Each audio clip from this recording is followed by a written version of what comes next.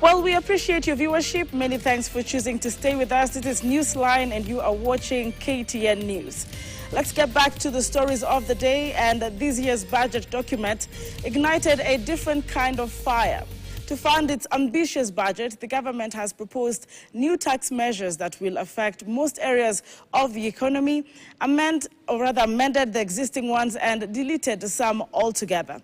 As news of the tax increase spread, so did a growing sense of discontent among Kenyans' younger generations.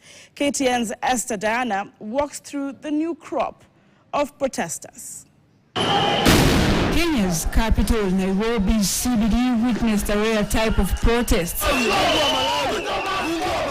Not by people from Kibra or Mathare, but by a vibrant tapestry of youthful energy, otherwise known as Generation Z. The older protesters, many of whom had marched in these very streets decades ago, today washed with a hint of nostalgia.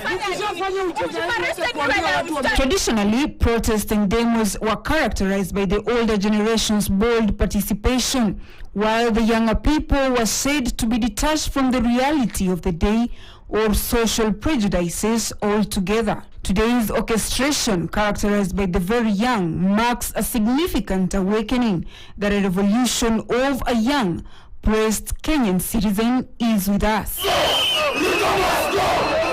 The characteristics of the new crop of protesters that are well suited make upon steers away from the usual slum dwellers, signifying the level of frustration Kenya's youth are facing even at middle income levels. In the past, rowdy crowds also took to the streets to air their views on issues.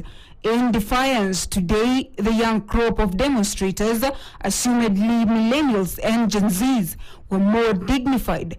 No chants, no stones thrown, no leaves laid and raised. Instead, these crop stood their ground as per the Constitution and reminded men in uniform that it is, in fact, their right to hold peaceful demonstrations. Yeah, they claim they're from DCI Nairobi.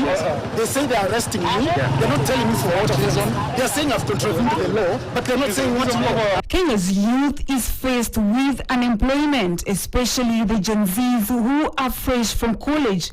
On the other hand, millennials are pressed with the issue of reduced income due to increased salary deductions such as the housing levy, NSSF, NHIF, and high income tax rates. Now this, coupled with the already high cost of living, is a motive for demonstration, unlike in the past where demos were politically influenced. Mobilization of the protest scene today started on X, formerly Twitter, and spread through other social platforms, largely consumed by the younger generations, before taking to the streets to rally and reject the tabled Finance Bill 2024. The bill had proposed that mobile phone users dig deeper into their pockets to pay for mobile services and data, as the Treasury proposed to increase excess duty on mobile and internet services up from 15% to 20%. Similarly, gamblers were hit by an increase in the excess duty from 12.5%